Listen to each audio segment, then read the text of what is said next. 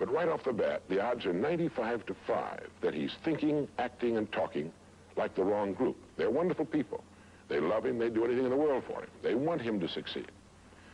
But the odds are 95 to 5 they haven't got the answers he needs if he's to reach fulfillment as a human being, if he's to reach this success that he wants, if he's to reach into these deep reservoirs of ability and genius we know he possesses and draw it out. Well, he starts in school. The most important thing to a little boy in school is to be liked by the other little boys in school. And so at this tender age, he begins to follow other little boys his same age who don't know any more than he knows and who do not necessarily have any capacity for leadership. And he does this in the first grade, and the second, and the third, and the fourth, and the fifth, and the sixth, and the seventh, and the eighth, and year after year after year, he forms himself into a composite average of other little boys his age, trying to be like them, trying to do the only thing in the world that's impossible for a human being to do, which is to be like somebody else. Now, let's say he goes all the way through school, usually goes in the military service. Again, he's caught in a vice-like grip of conformity. Now, let's say he's 25 years old, out of school, out of service. What's he going to do? As a rule, he'll go back to his hometown, unless he's married, in which case he'll go to his wife's hometown. But let's say he goes back to his own hometown. He's single. He doesn't know quite what to do. He's standing on a corner one morning, and a friend that he knew in school comes up and says, "Hi there, Charlie, what are you doing?" He says, "Nothing." He said, "Why don't you come down and work where I work? It's a pretty good place. The pay's regular. We got all kinds of fringe benefits and so on." And so he does. The odds are about, again, 95 to 5 that his first job is taken as a result of random application. On the job, without thinking about it, the most natural thing in the world for him to do is to look around, see how the other guys are doing their job, and to begin doing his the same way, assuming that what is normal for them is normal for him. No reason for this. He doesn't think about it. He just does it. Now, he has stretching in front of him 50 years or more in the golden age that man has been dreaming of since the days of ancient Greece. What's he going to do with these 50 golden years? Well, let's take a close look at him. We know that he works 40 hours a week, as a rule. 40 hours a week, which leaves him 72 hours a week when he's neither working nor sleeping. 72 free, discretionary hours each week to do with as he pleases. Now, at this point, of course, he's married. He has his little house and his little car. And this is about what he does with his free 72 hours every week. He'll do what the other fellows are doing with their free 72 hours every week, which is virtually nothing at all. On a typical day, he'll quit right on the dot, get in his little car, go to his little house, go in his little kitchen, kiss his little wife, and say, "I'm tired." They've even figured out why he says that. The experts believe that he used to hear his father say that back when men used to get tired working during the day, and he picked it up and he repeats this every night when he gets home. He bolts his little meal and then heads for the living room where he turns on his escape box. Click. Takes 15 or 20 seconds for the screen to light up, a period of time he finds interminable, but he gets through it somehow. Maybe kicks the dog or thumbs through a magazine or something. But then the screen lights up, and he does too a little bit, and there in front of him, he sees people in all kinds of funny old-time costumes, all killing each other at a great rate.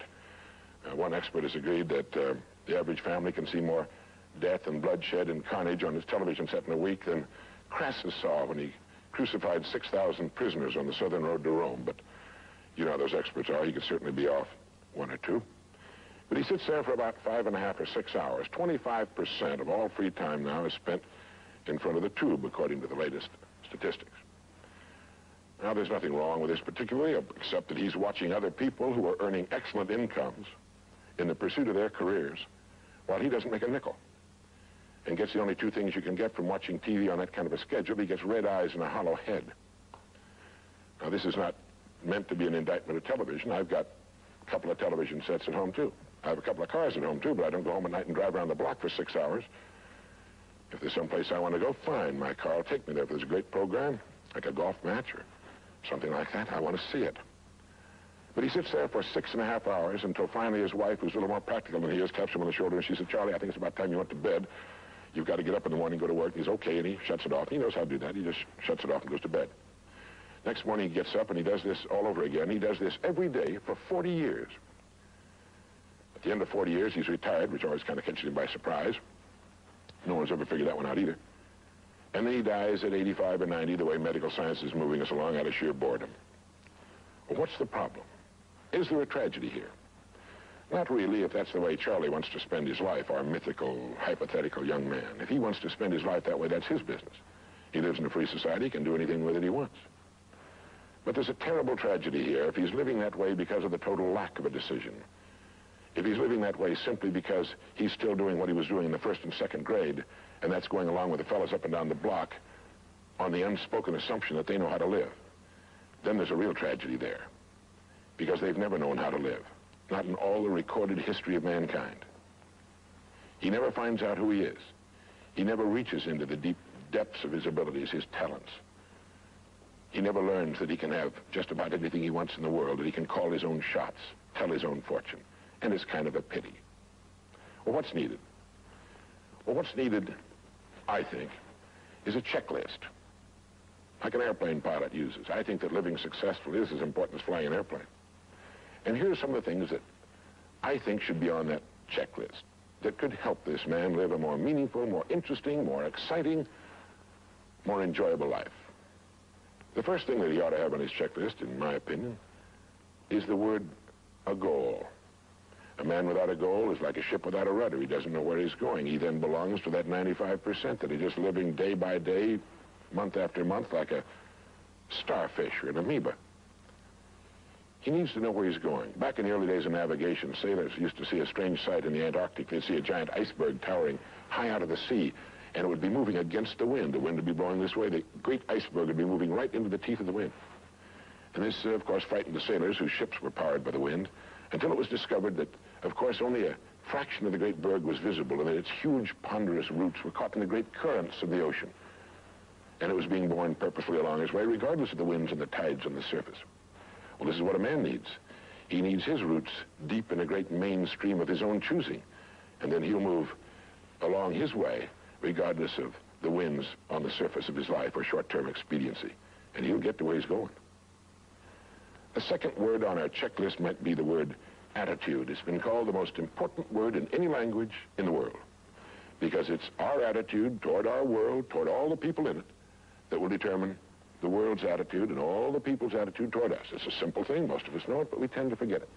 People will react to us according to our attitude. And our attitude is the greatest gift we can be given.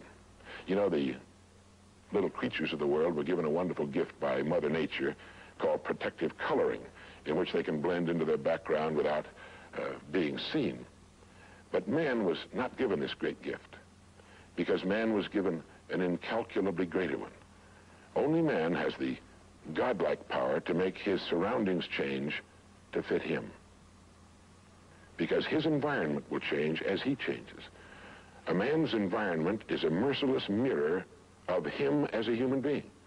And if he thinks his environment can stand a little improvement, all he has to do is improve, and his environment will improve to reflect the changing man.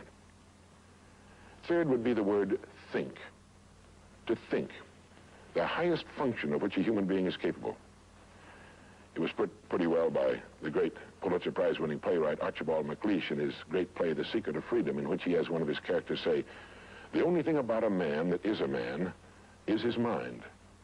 Everything else you can find in a pig or a horse."